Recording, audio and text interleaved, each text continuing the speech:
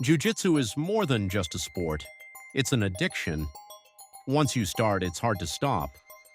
Every training session pushes your limits, challenges your mind, and teaches you that strength isn't just physical, it's mental. And it doesn't matter if you're a professional athlete, a Hollywood actor, or a music superstar. On the mat, everyone is equal. What really counts is technique, resilience, and the will to improve. That's why so many celebrities have fallen in love with the gentle art.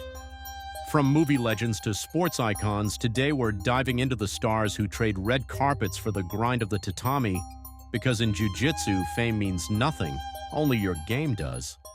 And now let's check out 15 celebrities who train jiu-jitsu.